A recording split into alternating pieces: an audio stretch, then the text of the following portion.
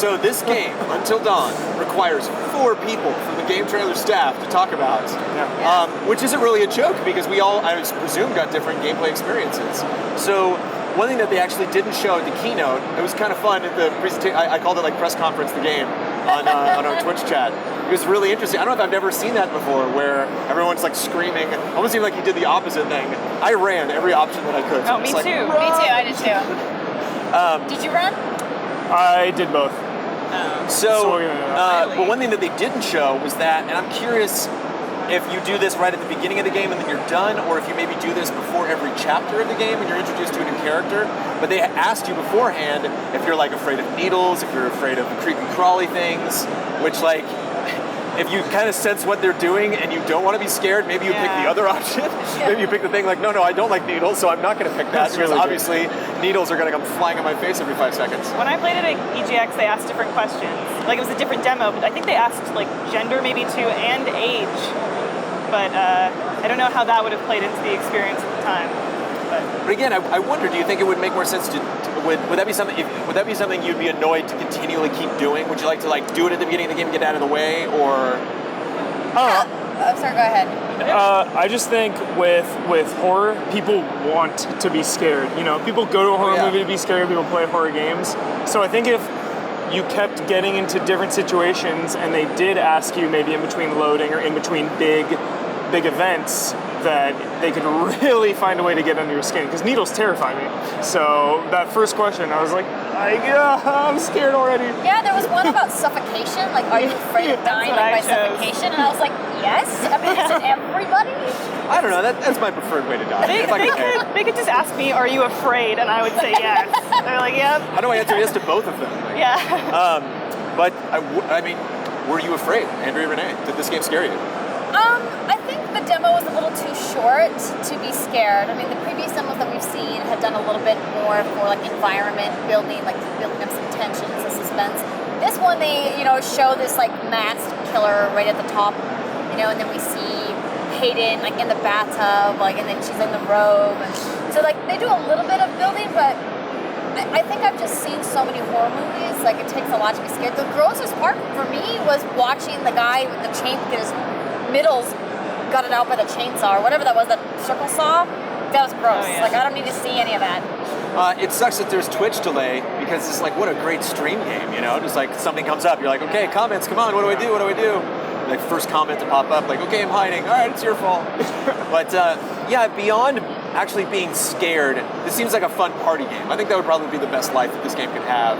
And that, like, okay, well, that was fun, pass on the controller to the next, next person on the couch. You have people shouting next to you, like, hide, hide, hide, or somebody else is saying run, run, run, and you're like, I don't know what to do, like, what do I do? Because like I don't need the writing in this to be great. It's like, what the heck? Like, I mean, if you, Andrea Renee, were out vacationing with your friends in a giant dark mansion with, like, tarps over all of the furniture, would you go all the way to the top of the building and take a bath? By myself? Like, no. In the dark, too? A couple candles, some isolated bathroom? What I've been trying to find out since August is how these teenagers afforded this giant mansion that they're renting, like, in the Swiss Alps. I don't know, and then I guess we see in this demo, too, that the main premise of the game is that there's this whole other part of the building that was sealed off, which is equally creepy. So if it's campy and stupid, I think that's great. I think that's kind of a good play. And I hope it's not really long.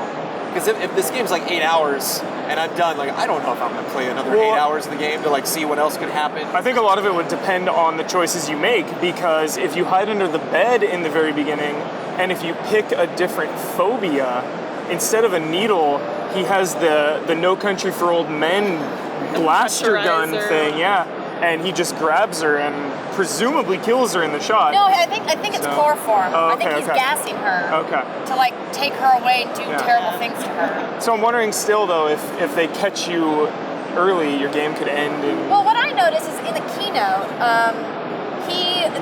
the person who was playing chose in the end a couple different choices that I made, but our outcome ended up being the same.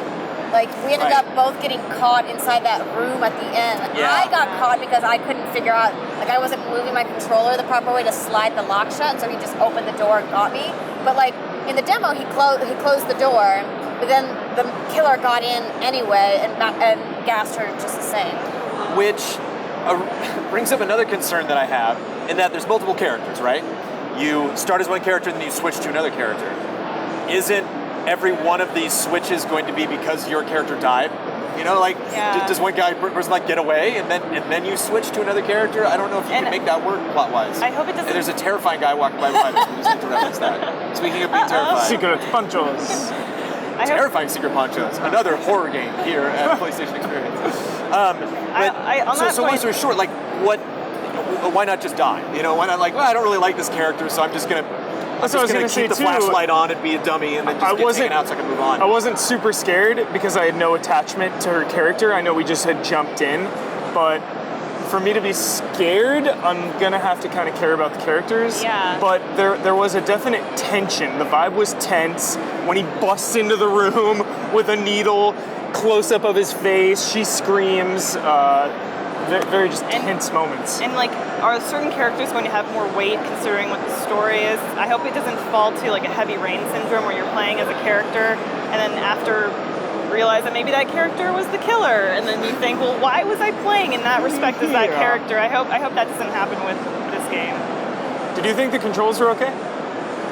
Kind of super simple. I mean, but just walking around the environments kind of gave me that heavy rain, like heavy turn. I wasted so much time walking around that entire mansion because you get down and nothing really starts in the demo that they showed here until you get into the movie theater. Yeah, there was nothing more to explore. It's a little disappointing, and I don't know if that's going to be indicative of the final game, but maybe I'm just conditioned to like explore every single little nook and cranny of a level. Nowadays, it's like, oh, where's the loot at? You know, like looking for stuff. I think it's going to be interesting to see how they tie the characters together narratively. I think it's also a neat idea that just like in a horror movie, if the character dies, they're dead for good, and that will give all of these different outcomes for the end of this like cinematic experience, because they're trying to make it feel like an actual horror movie, like that's their intention. I also like the whole. Both of you are nodding. You turned to Hubert to nod to really emphasize that point. I really like the concept. Kind of reminds me of Dead Rising in that there's a clock. I mean, the title's called Until Dawn, so I guess the point. I'm assuming like if you win or like whatever character makes it through at the end, the sun rises. And then, I finally made it out. And then like the cop shows up, and then the guy comes in and kills the cop. No. But like, I imagine it's gonna be gratifying to play this game at like midnight or something, and it's just like we'll get Kyle to stream it. Oh yeah, Kyle for sure is going to have to do this. But I sense a bet in the making. But again, you brought up a really good point, Hubert, in that like if you have a character, I'm curious if survival can be the end of a chapter.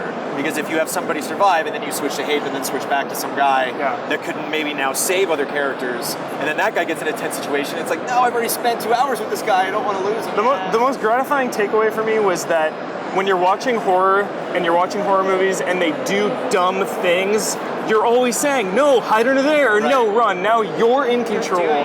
So every time, I was just like, I'm running. I'm not hiding. Just run. And those clown masks or whatever they are, they're creepy. They're legitimately creepy. Some insane clown posse guy. And look good. Lighting was good. Facial animation was good.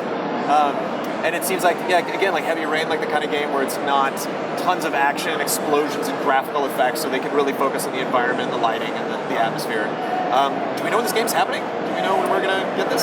Next year sometime. Yeah, do we? 2015, I think is what they've said. I haven't heard of an actual It's a popular release date, 2015. 2015.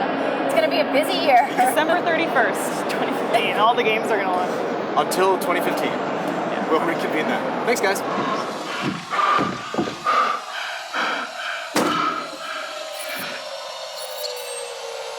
No! Let me go!